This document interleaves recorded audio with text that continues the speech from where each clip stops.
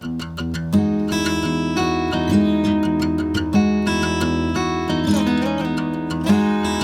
back to the How We Can Heal podcast. Today, our guest is Dr. Diane Williams. Diane holds a doctorate in American Studies and Sports Studies, in addition to a certificate in Gender, Women's, and Sexuality Studies from the University of Iowa. She also has a master's in social justice education from UMass Amherst and a master's in exercise and sports studies from Smith College. She's currently a professor of kinesiology at McDaniel College in Maryland, where she teaches sport in American society, women in sport, sport coaching and management, and kinesiology. A 6-time NCAA Division III All-American in shot put and discus, she's been a coach and an athlete herself, earning the name Lady Hulk during her 8 years skating roller derby as well. She often writes and teaches about the Association for Intercollegiate Athletics for Women, an organization that existed in the 1970s and 80s and centered the well-being of women student athletes in a unique way, which we'll talk about today. We'll also talk about the importance of inclusivity and mental health in sports culture and the need for deep reflection on dynamics and power structures in athletics. I've been lucky to know Diane my whole life and see her brilliance up close and personal. So I'm excited to share it with you today. Please join me in welcoming Diane to the show.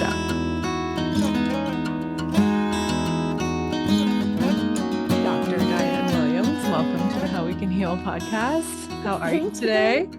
I'm good. Thank you. I'm so excited to be here and to talk to you. For folks listening, Diane and I met when we were 0 years old.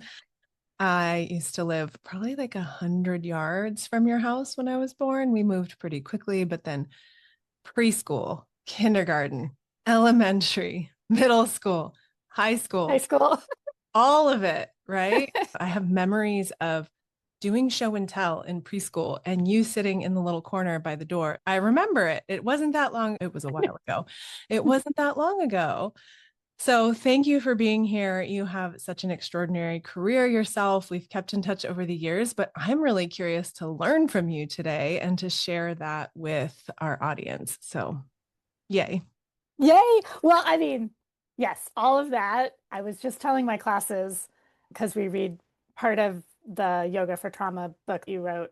So they're familiar with you. I was telling them that I was doing this and telling them, like, again, I told you I go way back with Lisa.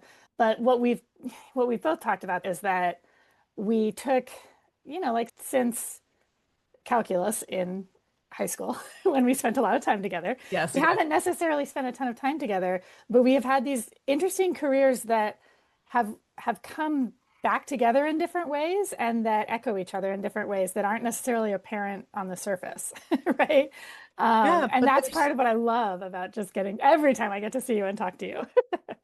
I feel like our careers are so interrelated. And if I had extra life space, I would want to study what you're studying, right? But it's like you pick and choose. We all only have so much and you have to choose a major in college. And I mean, for you, you just keep going back and getting more degrees. Yeah. I think finally yes. Maybe you're done with that for now. I'm not going to say forever. No. It's fair. So let's share with folks listening, what are some central themes in your studies, your work, your teaching? So I currently am an assistant professor of kinesiology, which used to be called physical education back in the day. And it's this interdisciplinary study of the body and movement.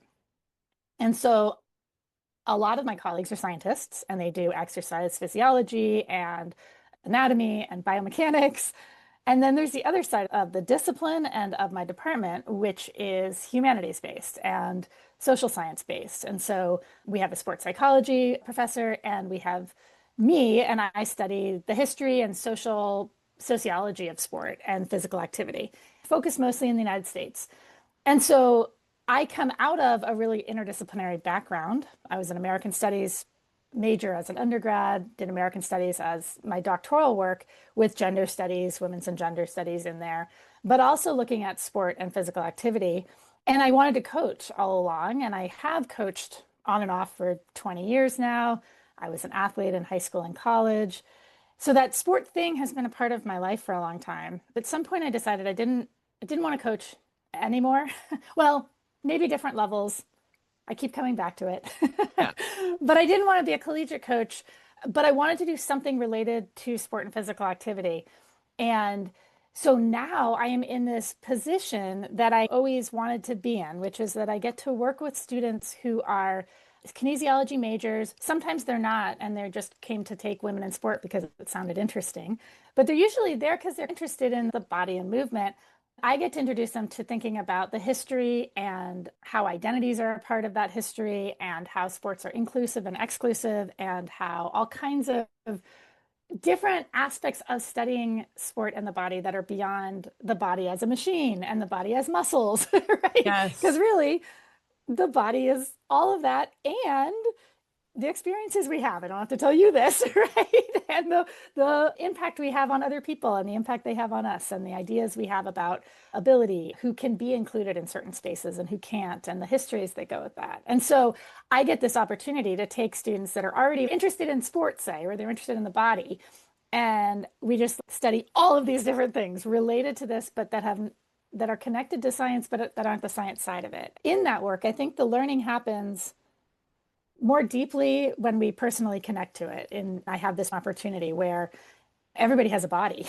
And Yes. so and a lot of them, if it's a sport class, they're probably have some experience with sport and sport culture themselves or their families. We do a lot of reading theory, reading, academic work, and then thinking about how it relates to our lives and thinking about how it informs, how this helps us think through our own experiences in sport and sport culture or with bodies or with our own body and start doing this integration so it becomes more personal, but also this is where the sort of the psych side of it, right? It also gives them a chance to self-reflect and think through meanings they already make around bodies and sport, all of that, before they go out and are personal trainers working with other people Yes. or are professors or are researchers, right? They have this different engagement with their own interests and their own background and their own assumptions and ideas that might make them ideally more open, more inclusive, more thoughtful and cognizant of the histories and the context that they're working within. Yes.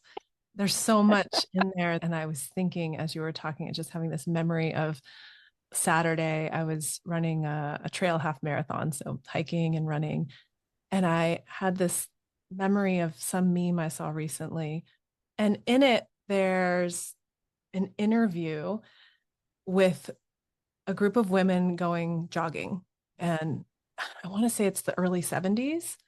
And it's literally a news interview. The anchor is like, we've got this group of women. They like to get together and they run 2 miles every Tuesday. Right. Wow. Why do you do this? And he puts the mic. She's like, I just really feel like it gives me space. And I love to be with this group of women. And I just feel better after. And it's like, okay, you heard it straight from her.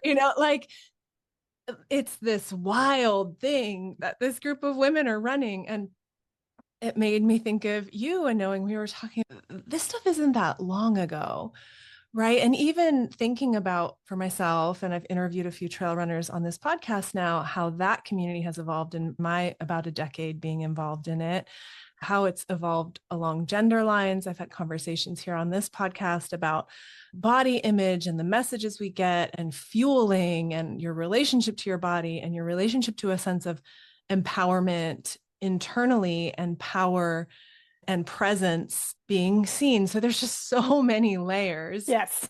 to your work. And when we fold trauma into that, it's another layer. Hopefully, any of us who have a body, anyone listening with a body, hopefully we are curious about these things so that we're not just living based on, I'll just say, unhealthy dynamics or oppressive dynamics or history that's exploitive.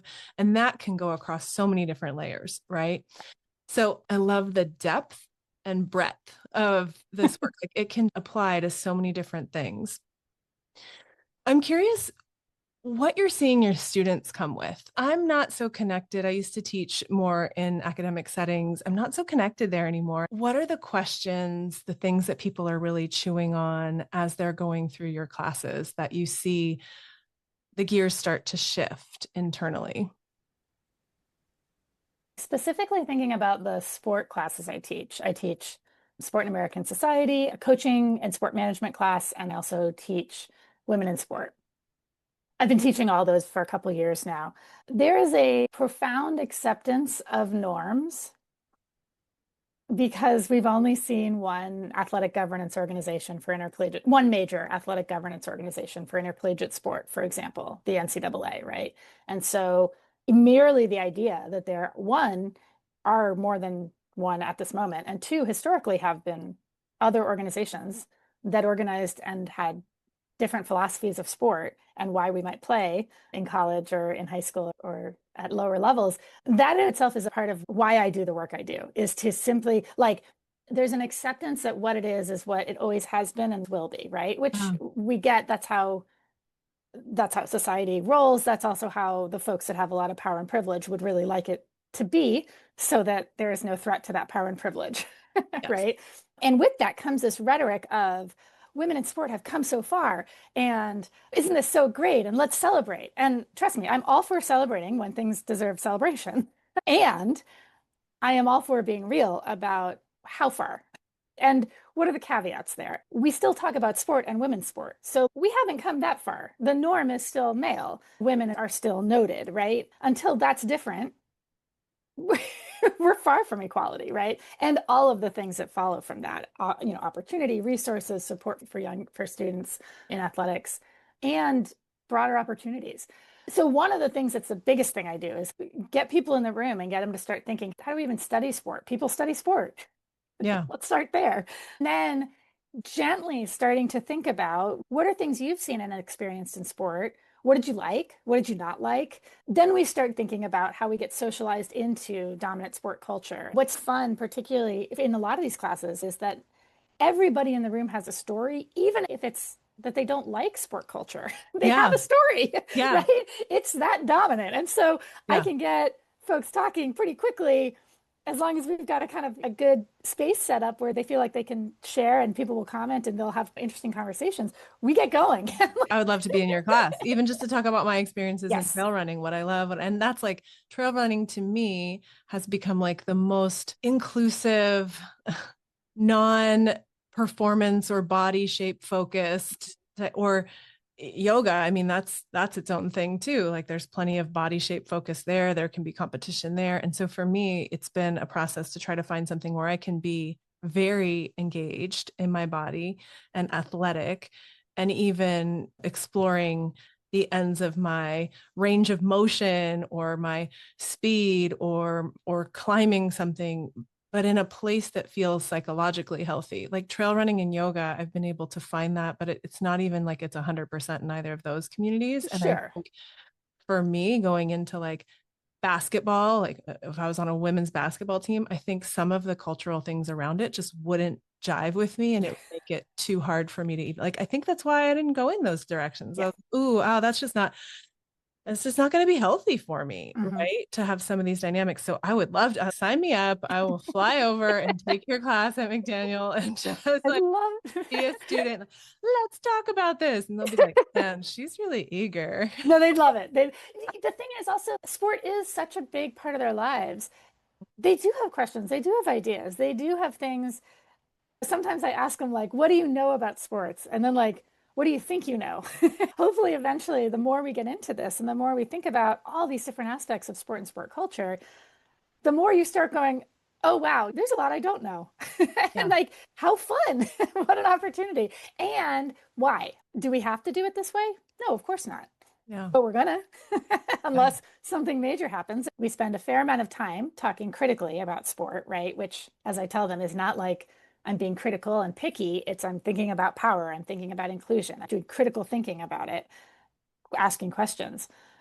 There's lots of negative that can come from that, right? And at the same time, part of what is helpful about having a really positive background in sport myself and in coaching is that I love it also. I loved playing. I'm no good as a fan because I just want to be out there playing. Yeah. It's fun. And so they also have often real positive stories that we can also build on. We can talk about how sport often, particularly for men, but also for women, is perpetuating like this kind of distancing from your body, overcoming or ignoring pain signals and glorifying that in ways that are like deeply disturbing when you actually sit with it. Oh, yeah. So we could talk about these kinds of things, right? And then I can say, like, tell me about a moment with someone in sport culture, a coach, an athletic trainer that challenged that. And these awesome stories come out all the time of my high school football coach who sat down next to me when I was like in pain and let me know it was okay. And it was okay to have all the feelings and it was okay, and like Yeah. just there's always these really awesome stories too. We can learn from the crappy ones, but we can learn from the really awesome opportunities and see those awesome opportunities if we have a future in coaching, if we have a future working with young people in athletics or whatever. What do you see as some of the dominant narratives in sport culture? What are some of the emerging narratives you see that are not problematic, right? That are maybe an evolution Less or problematic. are less problematic. One of the things that keeps coming up in classes, students of all genders and different ethnic and racial backgrounds are very interested in and supportive of talking much more about mental health in sports, talking much more about athletes' health and well-being, themselves, their teammates, all of it, and looking to some of the more elite athletes for the last couple years, maybe a decade plus, that have been much more open about their own challenges and humanizing themselves in different ways. Simone Biles was dealing with the twisties or something that sounded horrifyingly terrible. And anyone saying you should push through when literally your body has lost a sense of up and down and you're in the air, sounds like you need to take a break, Yeah. right? Yeah. And so recognizing the students very much overall are excited about that and see that as real positive. And I think that is a reflection of this moment and becoming more aware of mental health realities. And that's not always like a diagnosable thing. Sports have a different kind of stress sometimes that manifests in ways that isn't necessarily clinical at all, but we can work with it and we can actually train with it. We train it, giving people skills to develop their abilities to work with their own emotional regulation and in performance moments, right?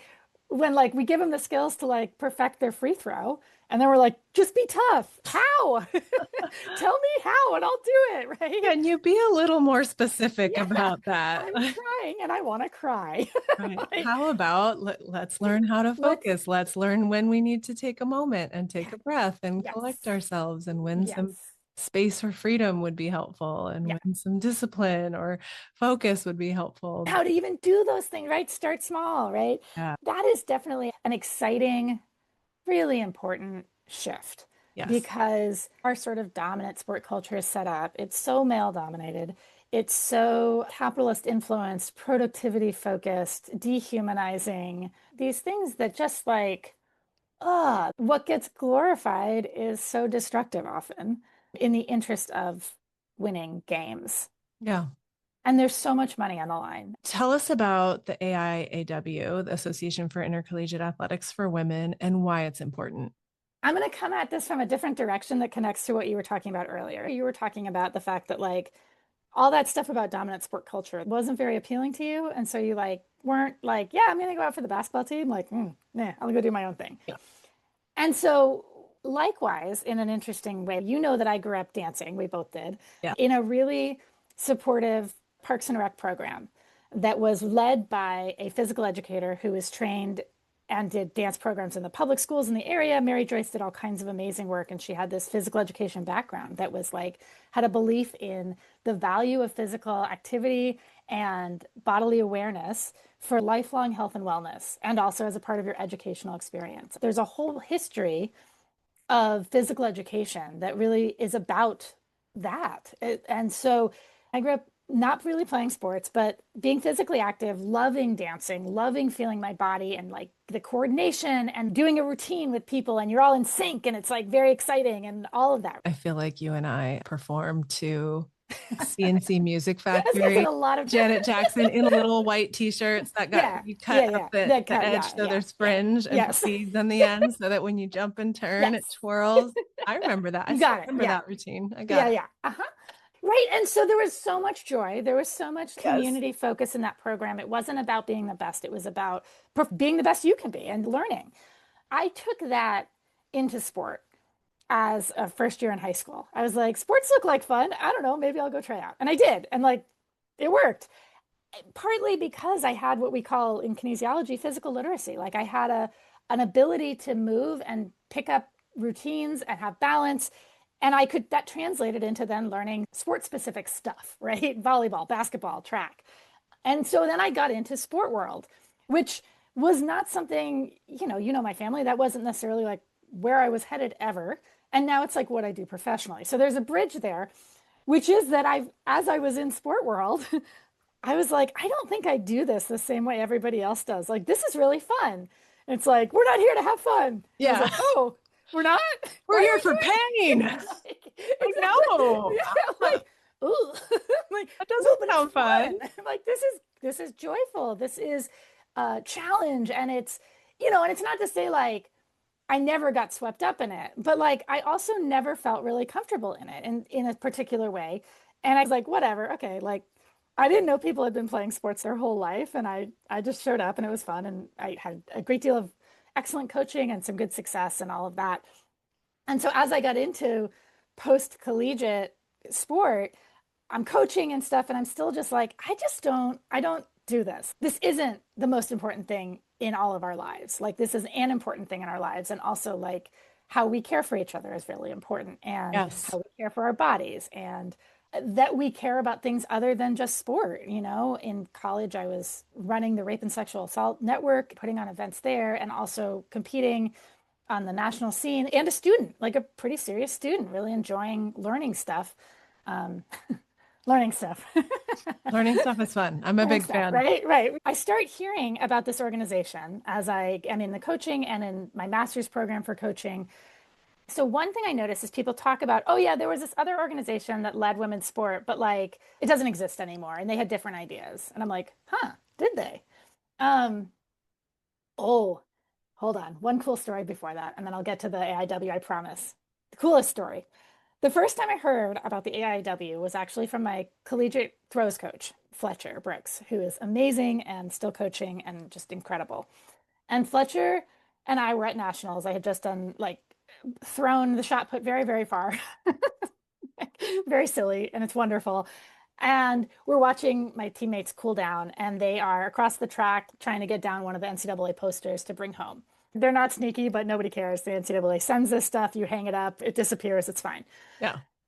So Fletcher looks across and is like, yeah, like the NCAA has been that great for women's athletics. And I was like, what now? What do you mean? And I'm a burgeoning feminist scholar and taking my women's studies classes. And I'm like, huh? And he's like, the NCAA has not treated women in sports very well. He had been educated at Springfield in part by women who had been a part of the AIW, and he had knowledge of this much longer legacy of women's physical education and sports. So he starts telling me a little bit, just a tiny bit about this, like, well, there's this whole other organization that used to exist. And the AIW, I don't know if he said the name, but the part of what's significant is they had a whole different philosophy of sport and physical activity.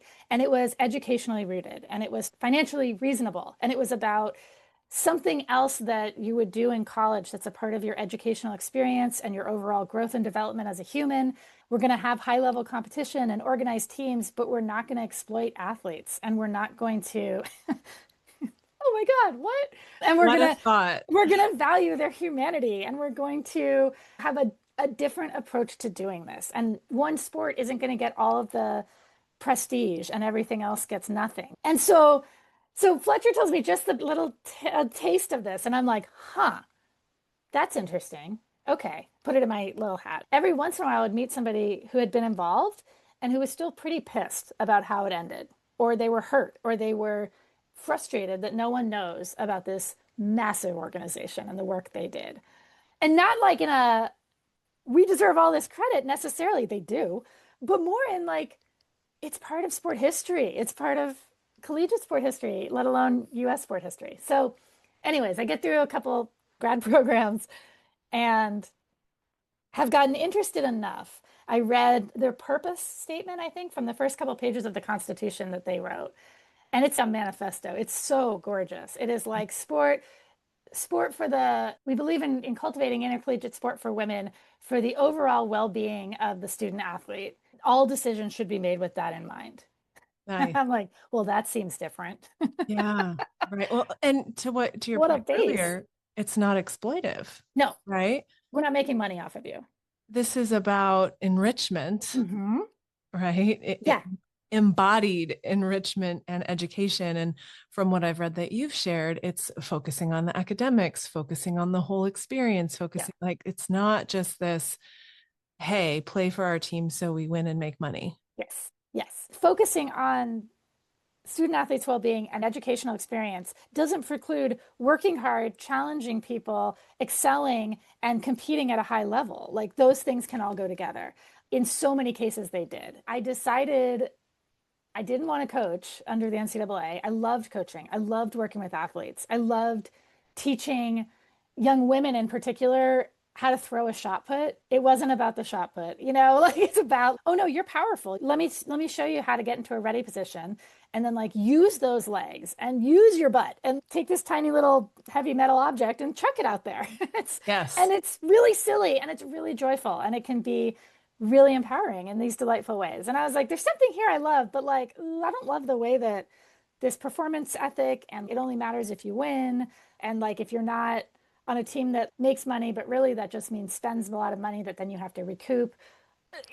There's so much about the NCAA I found distasteful. And so I was like, done. And then I decided to go to grad school and study this. So I ended up at Iowa, which had this amazing legacy of leadership within this organization. And in fact, three of the professors who were still in the area, two of them had been presidents of the AIAW, and one was one of the executive directors for a short time. And they all had their papers there. So I was able to start in the archives there and also interview them. And then that also led to other interviews and other archival work. The AIAW was created by women who were trained physical educators. They all came with a commitment to the value and power and joy that physical activity can bring and not seeing it as something that women can't do. Right. And in fact, seeing it as like, oh no, it's great. Everybody should do it however they want to. Mm. And so there was lots of momentum. Students in the late 60s, early 70s, women students were like, we would like to play. The guys have had sports forever.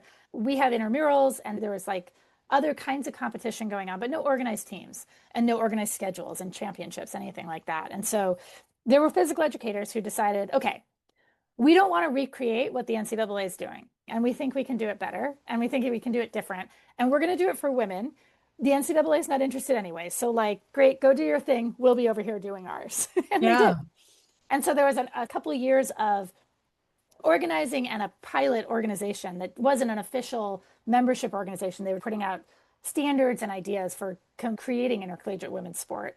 And then by 1971, the Association for Intercollegiate Athletics for Women made their first call, like, we're starting this, join in. And we had like 273 schools join in right away as charter members in that first year. And from then it just grew. And it was women led and it was women run for women, which has a sort of gender essentialist notion that might be kind of like, ooh, couldn't it be for everybody? Yes, but also the men already had something on the NCAA side. They didn't want anything to do with what the women were doing anyways. And there was a different sensibility that informed the work the AIW was doing that was from the experience of having been told your whole life you couldn't participate. And Mm. so there was a sense of, we also need to teach people about sport. And so like coaches for in the late 60s, there were workshops for women, high school, elementary school, and college professors and teachers to go learn how to play volleyball so that then they could go back and coach it. And then they were under the like, each one teach one. So you go to the national workshop, you learn how to play volleyball, you go home, you put on a conference locally so you can teach people how to play volleyball. And then we start coaching kids and we get girls into volleyball or whatever it is. There was an embedded educational mentality right there, right? These, again, all physical educators trying to develop high level sport, but so many women had been told they couldn't play. There were some opportunities for women to play in industrial leagues throughout the earlier part of the 1900s. But this was a kind of all of a sudden a pretty widespread thing that was happening like through schools and in a different way. And so then at the college level, the AIW started. They held their first championships in '72. Mm. So, what would be your hope for moving forward, right? The AIAW doesn't exist anymore. There's something to be learned from that for sure. There's lessons to take away. What would be your hope moving forward of how athletics could change? That is a very, very big question. Let's just dreamstorm. I always quote I do Dr. love Jennifer that. I do Gomez. like that. I heard that one. That was good. You have this almighty power to say how it's going to go. How's it going to go? So one of the things that I run into when this type of question comes up is that there is a small part of me that just recoils at how exclusive collegiate sport is, period. And Yeah. sport is, period. And so my interest now is I want more of it, all of it. We can have high level competitive sport, that's lovely, but I want more of all the rest of the kinds of ways we can participate in sport so that more people of different abilities and different interests can find something that would be fun for them to do. It doesn't have to be about winning, but it can be. It doesn't have to be about pushing boundaries, but it can be. It might just be about community and like giggling and going for a walk together, climbing on a playground and doing different stuff there. And that's not sport per se, but I guess this is where my interest lies. I want more of all of it, more of a mentality that we can learn and grow as we age. We don't have to just see ourselves as increasingly deficient. Yeah. So, what would be your hope for how we think about bodies and gender affirming athletics? Like, that's when I think of you, I think of body positive, gender affirming athletics. Thanks. So, what does that look like? What does it look like to have body positive, gender affirming athletics? I mean, it starts with people not telling you to tuck your butt in when that's just your butt. Yeah, like, yeah, that's just your, and That's just my butt. booties are really important in athletics. I use my gluteus to It's jump like, high. it's super important. Yeah. It comes from a different set of values. It comes from motivations that are rooted in those things, right? I can go at this from two examples that offered ideas of how this could look. So one of them is in my late 20s, I was in this coaching grad program, but I decided I wasn't going to coach. I needed to like survive the next year and a half of the program. And I started playing roller derby in Western Mass. Yes. and so here I was, again, that physical literacy thing kicked in. And I was like, I don't know what I'm doing, but I used to like to roller skate a lot. We also did that together. So, sure, I'm going to go learn how to play this thing. And I was in Western Massachusetts, which had, at that point, one of the only co-ed leagues. And we practiced together. We played separately because there was no structure to play together. It was led by folks who wanted to create a different kind of sports space. And they might not have used that language because like not all of them were sports scholars, right? In Yeah. fact, none of them, which one of them was. She wrote a book on it. And a couple of us were, dorky academics. It's Western Mass. But, we also had everybody else there, some of who had played sports, some of who had never played sports, but thought this looked fun because it was kind of alternative and it was kind of punk and it was kind of grungy. And then we had to create out of that how do we do this then? This is a sport where like it's a full contact sport. So if we're practicing in, a drill, like your hand is on the hip of your teammate and you're creating a wall and you're moving each other. How do we do this in a way that our society is so weird about bodies and there are so many reasons to be cognizant of boundaries and to be very conscious of how you're engaging each other. And then there's a gender component and there's power, right? And yet we somehow managed to do it. And it wasn't flawless because nothing's going to be. But we had a pretty strict code of conduct. And we had right up front, we were like, don't make this weird. Yeah. I don't remember quite how they said it, but that might have been it. We want to do this. We have a no tolerance policy for harassment. Like, you need to be aware of yourself and how you're treating others. And from there, we could do it. And it worked. And Yeah. we had this, again, not without its issues, but overall, really positive, very different kind of sports space. There were still moments where the ideas of society snuck in and the women would hold back or assume the men were better, or the men might assume a sort of role. But we also undermined it constantly. And if nothing else, you just had this experience of like, I developed into one of the stronger blockers, not like the strong as some folks, but a well-respected blocker on both teams, right? And worked with people really well from both teams in practice. And then we would play separately, like I said. But so that was like this beautiful invitation to, oh God, thank you.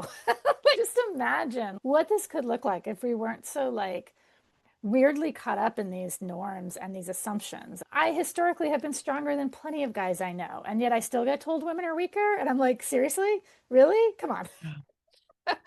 I find myself thinking too about non-binary folks, anyone who's Mhm. doesn't identify as male or female or isn't, right? Like Yes. all of the Yes. all of the in between it. And I think about, you mentioned earlier, inclusion and exclusion in Yeah. sports, and thinking about how we bring people together, how we exclude people in a harmful way. And when Yes. you talk about even gender inclusive practice, and I think gender inclusive games could be interesting too. Yeah. It's so powerful to think about people playing sports Yes. instead of, or people engaging in athletics. And in terms of learning, in terms of physicality, there's a time and a place. In terms of therapy, there's a time and a place to make things exclusive so that people feel safe or Mhm. protected, or there's some sense of a scope there. But if we were to open up sports more, athletics more, maybe we could be more inclusive. Like I Yeah. just find myself thinking Yeah. of people I know who, if certain information were found out about them, wouldn't be able to play on their team, you Yeah. know? And why? Yeah. Yeah. I mean, yeah, exactly. When we set it all up as a binary, that's it. That's so ridiculous and not even how people are, period. So like so softening that, changing, like this is where like I don't know what to do on the national, international level. And I don't really care to fix it, honestly. I think a lot of it's really broken. I want to see more opportunities for anybody to play things that they're interested in playing. More participation, not less. Yeah, I feel like that's something really generative. There's how it is, and there's fighting how it is, which can be exhausting, Mhm. and trying to figure out how to fix something that feels inherently inadequate or unequal or Mhm. harmful. Mhm. And it's worth it to think about that, but we can also build something different. Yes. And what I'm gathering from everything you're saying is, let's be more aware of the positive things in history. Let's just be curious about that and open to maybe digging a little to find it. Mhm. Mhm. From there, can we create places, especially for young people, but for all people? I mean, we know for young people, it impacts them across the whole, that impacts Yep. culture. And those Oh, people could end up owning teams yep. later, right? Yeah. Yeah. So can we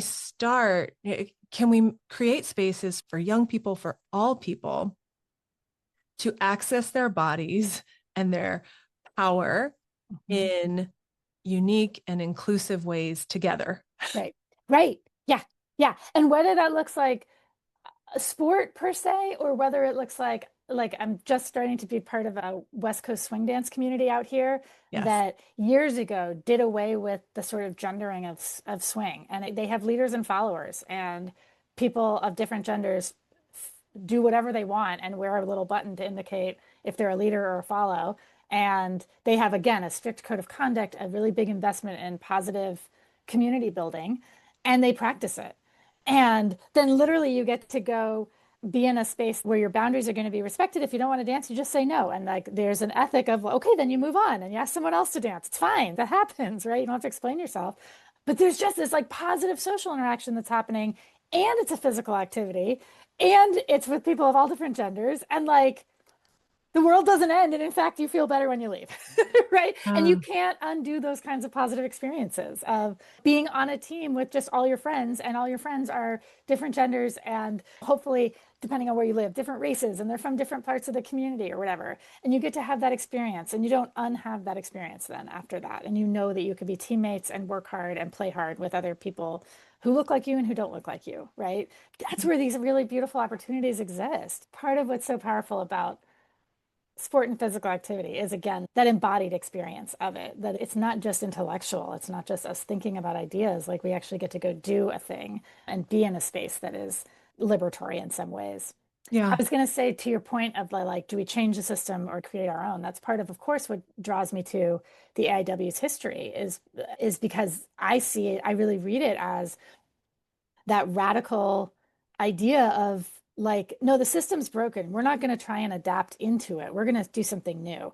And in fact, it's a very different philosophy than what undergirds like Title IX, which is the norm is here and women or the underrepresented groups should be brought up to the norm, as opposed to saying, actually, the norm is ridiculous. There's no reason that football should get the power and resources that it has had since 1900, but it still does.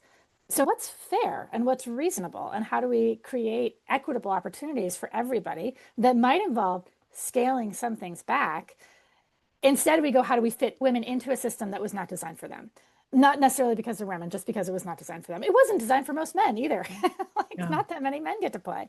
And so that's part of what I love about the AIW is it's a reminder that we can do things differently. Yeah, it takes time and energy, and sometimes your organization ends after 10 years. Does it still count? Yeah, because it did exist. It was the biggest athletic governance organization for a time and the only one offering women's championships. Was that threatening? Yeah. But You, it happened. I know you have a dissertation about this. Why did it end? Oh, it depends on who you ask. I'll tell you, I have definitely talked to women who were presidents who said, well, we were too powerful and we were doing too good of a job. And so the NCAA put us out of business. Wow. Yeah. It's a combination of things, but one of them is that the AIW started pre-Title IX, and Title IX was actually never intended to be for sports. It was an educationally focused amendment about admission into different academic programs like dentistry and other things like that. It had some pay equity, the other things related to education, but not about sports, actually. I don't think it would have passed, honestly, if it was about sports, but that's a side note. So right away, though, all these women physical educators who are looking to create more resources because women's sport came out of having the creativity where you have no resources. And you're like, well, I guess we'll use the same uniforms for every single team because we don't have money to buy more. So they thought, if we can get this to apply to sports, we can make a legal case for more resources. And so they did. And that's part of both the AIW and women's physical education was a really big part of helping to push that sports should be a part of what is covered under Title IX. The NCAA was not on board at all and fought it tooth and nail. So the thing is, sport is a really messy thing to try and figure out what does equity even look like when things cost different for different teams. There aren't really women's teams yet. So what do you even want? Girls, right? Like, and so throughout the entire 70s, as the AIW was creating women's intercollegiate sport, all of these women physical educators who were not politically savvy had to then become politically savvy. And they were testifying in Congress and they were doing all this work, right? Wow. And they were connecting with other women's groups, legal groups, and educational groups to build broader networks and see the connections. Sport was not a part of the explicitly feminist movement at that point. And these folks were like, no, this can be a part of it, both in the educational context and beyond it. But let us explain how this works under the AIW, not what the NCAA is doing. Congress interprets Title IX like, here are the criteria for your athletic program following Title IX guidelines. Passed in 72, it's not interpreted until 79 at the end of the year. That January in 80, the NCAA very quickly and breaking some of their own rules to do it, pass Division 2 and 3 women's championships at their national convention without engaging the AIAW, which already had extensive championships at that point, just as a power move. They were concerned that their membership, the colleges and universities that were part of the NCAA at that point, could get sued for not providing equitable opportunities. Yeah. And then they smartly leveraged this notion of separate is not equal, which is not intended to be about gender. It's a race-based historical argument, but it gets applied this way.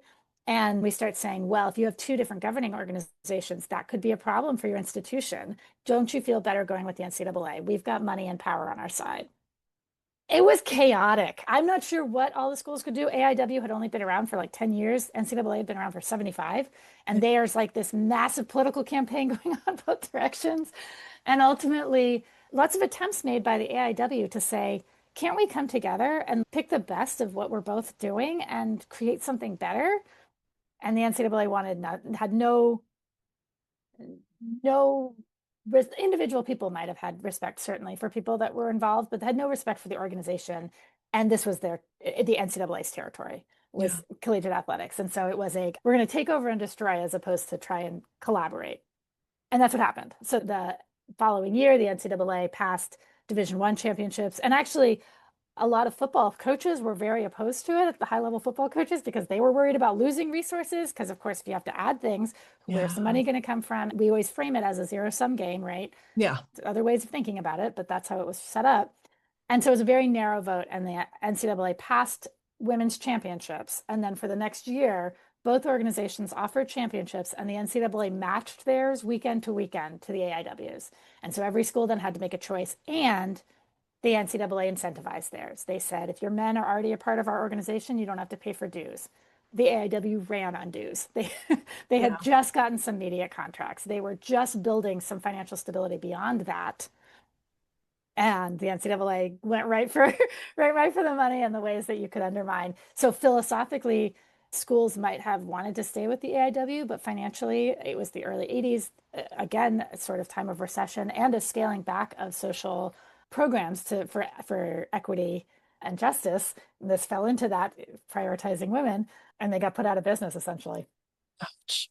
Mm-hmm. And women lost their jobs, women quit. They had poured their heart and souls into this for years, and plenty of women would be put out of a job and a man would be hired into that coaching position, or that athletic departments merged, and the women's athletics director would become the assistant athletic director, and the men's athletic director would be the athletic director. That happened almost at every school across the country. And all of a sudden, this whole history that there was a whole governance organization led by women. There were athletic departments almost exclusively led by women at every institution, like 970 institutions at its peak, right? Yeah. Those women, for lots of reasons, had to go take care of themselves or were asked to leave. Some stuck around, but there was this huge exodus. And then the history is lost and it is buried and we don't talk about it. Yeah. Well, I'm glad you're keeping it alive. And so much of it in my mind sounds like it's about power, right? Yes. It's about gender dynamics and power. And just like your work is so interdisciplinary, this is so intertwined in so many different social systems and the ways that we think. And it's the federal government in the US, and it's, universities and the NCAA that operates somewhere in between all of those, exactly, not subject to anybody's power, but involved in students' lives. These are things that I don't think a lot of people think about. You go into, I'm going to play basketball. Okay, I'm going to go from this level to that level. I'm going to show up at the competition. I'm going to do my best. We don't have a lot of encouragement or space to think about the dynamics or the culture or the power. So that's where I think places like your classroom are so important, because people have space for that and encouragement to reflect on the history and to see what's going on and to ask themselves, do I want to be a part of this? Right. And how do I want to be a part of this? Right. And what choices am I going to make within that to try to make it healthy for me, to advocate for it being healthy across the board? But especially when you're talking about athletics, there's so many other things for people to pay attention to. Yes. Right. I mean, you could just get completely consumed with what's the best training plan and how should I fuel my body and how do I optimize my sleep and what gadgets do I want to use? You could get so consumed in that you never even, unless it slaps you in the face, unless there's some big point of conflict, never even think about some of the larger systems. Yeah. So I'm so glad you're doing this work and encouraging other people to do it as well. You've written some amazing articles. I know you're working on a book. We'll link to your professor page, McDaniel. It has nothing on it. But I will say at the moment, it does have your cat's name on it, which there's an article. There is an article. I'm going to pull it up right now. Hobbies. She played roller derby for 8 years, skating as Lady Hulk. Pet. During her first semester teaching at McDaniel, she adopted an adorable kitten named Margot. Athletics. She's a 6-time NCAA Division III All-American in shot put 4 times and discus twice. Nicely done. People of the podcast, because I refuse to say ladies and gentlemen at this stage. Hell yes. People of the podcast, Dr. Diane Williams. You are the best. Thank you so much for sharing. I mean, I feel like this is tip of the iceberg. There's so many more directions we could go, but thank you for the work that you do, for thinking and encouraging people to reflect in a body positive and inclusive and gender affirming way. I'm grateful that you're a wonderful human out there, that you're an educator, and I just love staying connected. And we didn't even really talk about how trauma folds into all of this. I mean, it fits in my mind so clearly when we start talking about power and oppression and how it ended. Yeah. That's the part that I want to talk to you. We can talk another time. I think that's a big part of the end and the legacy that is also like something that still needs to be mended in some way and reckoned with in some way. There's a wound there with AIAW being shut down. And so how do we attend to that wound and the impacts? You mentioned people's jobs, right? The impacts and the trickle down of that. And that's why I wanted to have this conversation with you. It's like, well, how do we pull from all the amazing wisdom and effort and learning and carry that forward? And we might be in a time period where we're planting seeds more than harvesting flowers. Yeah. But that's an important stage, right? None of us would eat if nobody planted seeds. Yeah. So I feel like we can take what you've studied, what you've learned, and really plant that in some rich soil and bring it to light over time in a way that hopefully is just more inclusive and body positive and helpful for young people, people in their 90s who want to dance. And it fills in this gap that helps explain something that just gets normalized, right? And so, there's much more to discuss, and I will be looking forward to discussing it with you as we go forward. Let's do it. Awesome. And I just appreciate the chance to share about my favorite topic in the whole wide world. I love it. Thank you so much, Diane. It's been so good having you here. So good to talk to you. So good to talk to you. I love all the work you're doing. I'm so proud of you and excited for all you and your big award for your podcast. You're so awesome. The award-winning How We Can Heal podcast. I mean, seriously? It's official. I know. I love doing this. I love having these conversations. We were just saying the other day, we wouldn't sit down and have this conversation if it weren't for this podcast, even between us. So thank you for listening, everyone here. And, I really appreciate listeners chiming in, asking questions, sharing comments, recommending guests. We have such a long list of guests. Like, people reach out all the time. Hey, I'd love to come on and talk about this or this. I recommend this person. And I have a long list of people that I've wanted to interview. So there's more to come. Definitely. Excellent. Well, I'm so honored to get to be a part of it. So thank you for including me. Thank you.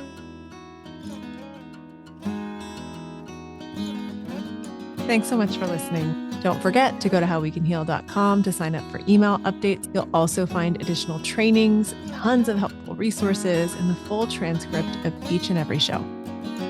If you love the show, please leave us a review on Apple, Spotify, Audible, or wherever you get your podcasts. If you're watching on YouTube, be sure to like and subscribe and keep sharing the shows that you love the most with all your friends. Visit howwecanheal.com/podcast to share your thoughts and ideas for the show. I always love hearing from you. Before we wrap up for today, I want to be clear that this podcast isn't offering prescriptions. It's not advice, nor is it any kind of mental health treatment or diagnosis. Your decisions are in your hands, and I encourage you to consult with any healthcare professionals you may need to support you through your unique path of healing. Also, everyone's opinion here is their own, and opinions can change. Guests share their thoughts, not that of the hosts or sponsors. I'd like to thank our guests today, everyone who helps support this podcast directly and indirectly, especially Alex. Thanks for taking care of the babe and the fur babies while I record. Last but never least, I'd like to give a special shout out to my big brother, Matt, who passed away in 2002. He wrote this music, and it makes my heart so happy to share it with you here.